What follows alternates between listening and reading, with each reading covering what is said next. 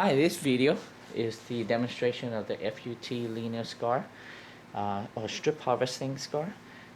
This is more than a few years, many years actually, and basically we cut out the whole strip, stitch it up, leave you a linear scar. Again, result vary from one individual to another. I perform both FUE and FUT. Both FUE and FUT leave scar. There's no surgery without scar.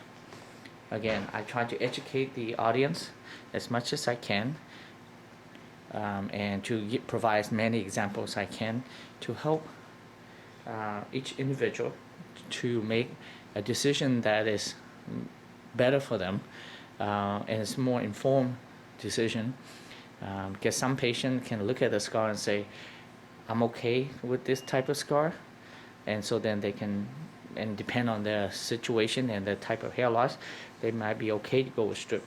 Or they say, hey, I've seen many of this strip scar and I'm not okay with it and I want to go with FUE. Again, there's always pro and con for both. The pro of FUT is cheaper than FUE, it's less labor, and you can do a bigger case. You can do 3,500 to 6,000, depend on what kind of density, how loose your scalp is. So the FUT can do a bigger case. It's more for advanced hair loss, class 5, 6, or 7, versus FUE can only do like 2,250 to 3,000 grafts. So the FUE is more for mild to moderate.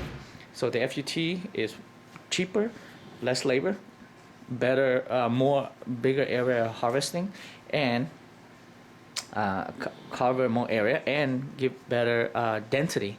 Now you can have excellent density with my work, whether you do FUE or FUT, but the FUT has 10% on average more density than my FUE.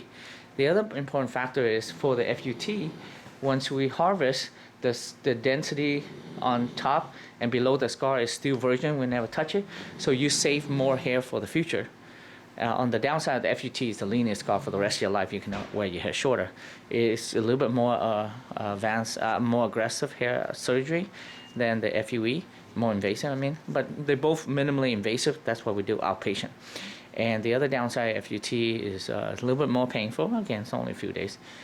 And there's high risk of infection. But again, I've done both FUE and FUT for over 15 years and God forbid, knock on wood, 0. On the other hand, the FUE, the benefit are minimal scar, and the scar is there with the FUE, but you can't see it. You shave it, and you can't see much of it. It's less visible. The other benefit of the FUE is less invasive, less painful, less chance of infection. All that's great with the FUE, but the downside of FUE is, number one, it costs a lot more because it's more labor. Number two, the number of grafts we can harvest less than the FUT. We can harvest 2,250 to 3,000.